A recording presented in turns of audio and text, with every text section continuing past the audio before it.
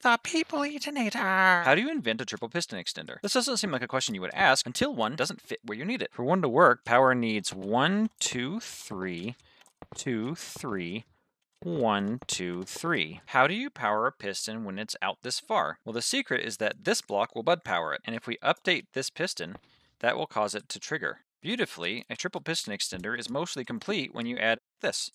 Now when we trigger over here, we're going to cause it to fire like so. This is the hardest part right here. So how do you retract this last portion? Well, Quipless showed off that all you have to do is place some observers like so, and then when you look upward on these two and have a repeater right here, that accomplishes everything except for a last push here.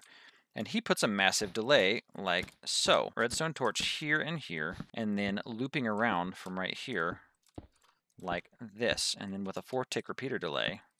And that works perfectly, but I think we can do even better. Rather than improving the top like Quipla did, I'm just going to get rid of all of this together. And I'm going to do something like this. It almost works, except for it doesn't pull this block in. Well, you don't need to have another push right there if you just set this to 2.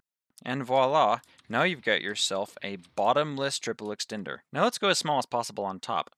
This one, made by Melon BP and it's Lucid, showed off by Crafty Masterman, is really tiny, but according to him, it has some problems that make it a pain to expand. He says, This one isn't really expandable. Well, it kind of is, but it's really hard. You have to like put a torch and a repeater. It's just kind of annoying to expand. I disagree. I think it is easy. Watch this. So if you place a target block here and have a torch come in, there'll be a 1-tick delay, and so you'll just need to put a repeater like this in order to make it work.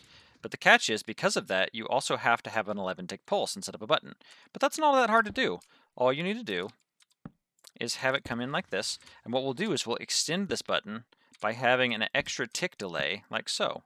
By having a difference between these two repeaters, now we have a working one that is as small as possible, and it's tileable too. What can we do with that? Well, you saw the intro.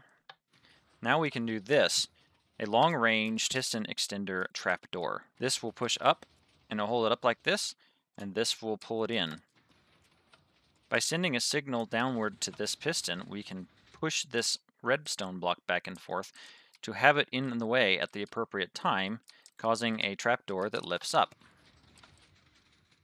When it retracts, similar will happen with 3 pushes, where it moves it out of the way in order for it to come down. Add in a few repeaters to do it again 24 ticks later, and you've got yourself a giant maul that opens up and then closes right back afterward.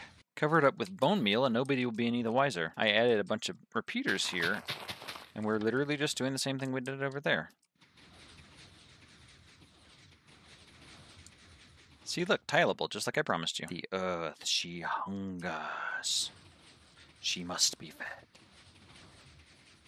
Blink. Click here to see my super fast 4x4 trap, thanks to my patron Austin J, and I will see you in the next one.